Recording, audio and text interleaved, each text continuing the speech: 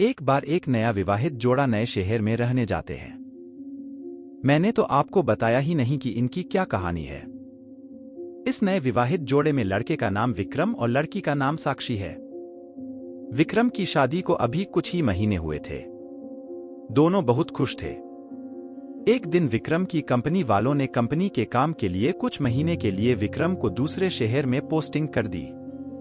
Company ने जो flat दिया उसमें ये लोग रहने जाते हैं, पर इनको पता था इनकी जिंदगी का सबसे डरावना सच बनने वाला है।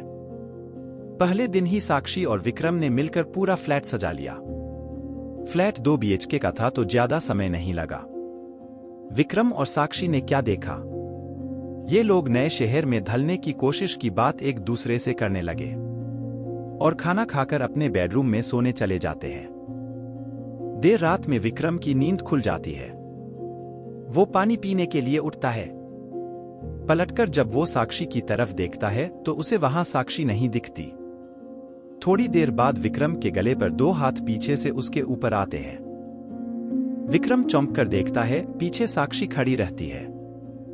साक्षी ने बोला, क्यों चौंक गए? मैं बाथरूम गई थी। तुम क्यों जगे हो? विक्रम बोलता हूं, कुछ नहीं, बस पानी पीने के लिए जगा था। ये लोग फिर सो जाते हैं। सुबह उठकर साक्षी दोनों के लिए नाश्ता और खाना बनाती है। विक्रम नाश्ता करके अपना टिफिन लेकर काम पर निकल जाता है। साक्षी अपने फ्लैट में अकेली सोच रही होती है, चलो जो बाकी का काम है उसे ही कर लेती हूं। वो कपड़े धुलने के लिए वॉशिंग मशीन की तरफ जाती है, फिर मशीन में कपड़े धुलने के लिए डालकर वहां से चली जाती है। थोड़ी देर बाद वो वापस आती है तो देखती है कि कपड़े तो वॉशिंग मशीन में है ही नहीं। वो घबराकर इधर उधर घूरते घूरते अपने बेडरूम में पहुंचती है। वहां उसके सारे गीले कपड़े उसके बिस्तर पर थे। वो ये सब समझ नहीं पाती है। शाम को विक्रम के घर आने के बाद उसे ये सारी बातें बताती है। विक्रम इसे वहम समझकर बात काट देता है। विक्रम क्यों डर गया? रात में दोनों अपने बेडरूम में सोने चले जाते हैं। तभी रात में किसी की तेज तेज सांस लेने की आवाज विक्रम को सुनाई देती है। विक्रम धुंधली आंखों से बैठता है और मुड़कर देखता है तो वो बिस्तर से डर के मारे गिर जाता है। वो देखता कि बिस्तर पर साक्षी के बगल में कोई काला साया सोया है जो एक आदमी की तरह दिख रहा था। विक्रम दौड़कर बाथरूम में जाकर पहले अपनी आंख धोता है। वापस आकर फिर देखता है तो अब वहां कोई नहीं रहता। विक्रम को लगता है कि ये ठीक से न सोने की वजह से भ्रम हो रहा है। इसी तरह 1 हफ्ता बीतने के बाद दोनों अब तक कई बार डर का सामना कर चुके थे, पर वो उसे भ्रम मानकर बार बार टाल देते थे।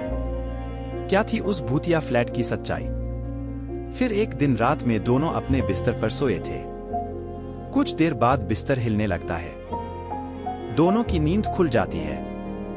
पहले साक्षी उठती है तो सब नॉर्मल था, फिर भी वो चेक करने के लिए बिस्तर के नीचे झांकती है और जैसे ही वो बिस्तर के नीचे झांकती है कोई उसका बाल पकड़कर बिस्तर के नीचे खींच लेता है। साक्षी चिल्लाती है तो विक्रम जग जाता है और वो बिस्तर के नीचे उतरकर साक्षी को देखता है और देखते ही वो पीछे की तरफ गिर जाता है। वो देखता है साक्षी के लेटी हुई उसकी तरफ देख रही है और साक्षी के पीछे कोई है जो साक्षी का सिर जमीन पर दबाया हुआ है। वो फिर भी टॉर्च जलाता है तो वहां कोई नहीं रहता। फिर वो साक्षी को बाहर निकालता है। दोनों बहुत डर जाते हैं। विक्रम और साक्षी दोनों कमरे से बाहर जाने की कोशिश करते हैं, पर कोई दरवाजे का पास खड़ा रहता है। दोनों की हिम्मत नहीं होती आगे बढ़ने की। तभी विक्रम अपना टॉर्च जलने की सोचता है। टॉर्च काम नहीं करता। इस दौरान वो देखता है साक्षी उसके बगल नहीं है। वो इधर उधर देखता है तो साक्षी दरवाजे के पास खड़ी होती है और डर के इशारे में कहती है, तुम्हारे पीछे है वो। विक्रम डरते हुए पीछे पलटता है। तभी उसे एक जोर का मुक्का पड़ता है जिससे वो जमीन पर गिर जाता है। उसके बाद उसके ऊपर कमरे के सामानों से हमला होता है। विक्रम को काफी चोट आ जाती है। क्या दोनों में भागने में कामयाब हुए? उधर साक्षी दरवाजा खोलने में कामयाब हो जाती है। वो तुरंत विक्रम को उठाती है और वहां से निकलने लगती है। तभी दोनों को पीछे से एक जोर का धक्का लगता है जिससे वो सीधे फ्लैट के बाहर गिरते हैं। वो तुरंत ही लिफ्ट में चले जाते हैं और बिल्डिंग के बाहर पहुंचने के बाद देखते हैं कोई साया उनके फ्लैट की खिड़की पर खड़ा है, जो थोड़ी देर में गायब हो जाता है और फ्लैट की लाइट भी बंद हो जाती है। विक्रम और साक्षी इस बात को समझ चुके थे ये फ्लैट हॉन्टेड है और वो दोनों दूसरे दिन मैनेजर को भेजवाकर अपना सामान वहां से निकलवा लिया और वो दोनों कहीं और रहने चले गए। पर यह हादसा आज भी उनकी रात की नींद उड़ा देता है। दोस्तों, यह कहानी सिर्फ मनोरंजन के लिए थी, तो कोई भी दिल पे ना ले और कैसी लगी ये कहानी कमेंट में बताए और चैनल को सब्सक्राइब करे।